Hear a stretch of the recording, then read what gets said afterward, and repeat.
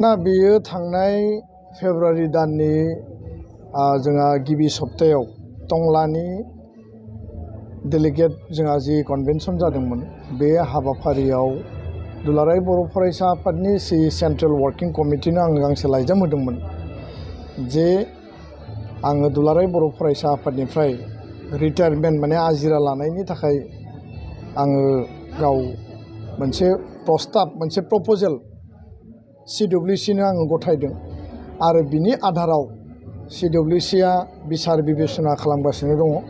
खोब गोख्रै समनि गेजेराव माबा मोनसे मोजां थांखि आजावगोन, सिद्धान्त जागोन, गासै बिथिंखौबो नायबिजिरदों जाहाथे दुलाराय बर' फरायसा आफादनि आद्रा थानाय खामानिखौ आफाद हिसाबै जातीयताबाद जातीय चेतना बड'फानि आदर्शजों माहारि दानायनि खामानि मावलांगोन।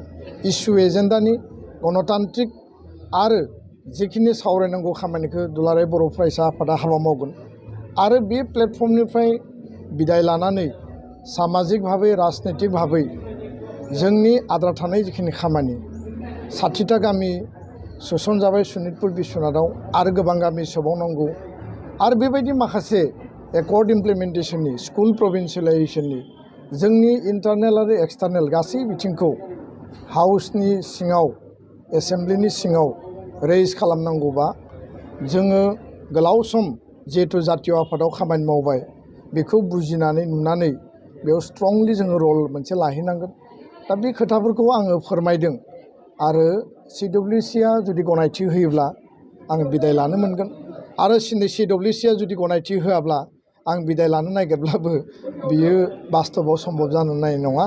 खिन्थु उद्देश्यआ मोनसेल' जेरावखि थाया मानो एबसुआव था आरो सिङाव थां माने हाउसनि माने एसेम्ब्लिनि मजियाव जुदि रायजो राजाफ्रा अनोब्ला CWCआ जुदि पजिटिभ मोनसे बिबेसना खालायोब्ला दिनैनि समाव पलिटिक्सआ जोबोद क्रिटिकेल आरो पलिटिक्स मेटारा जों नुनायाव जेरैबायदि गोरलै नुयो बे थारैनो इसेबां गोरलै मेटार नङा।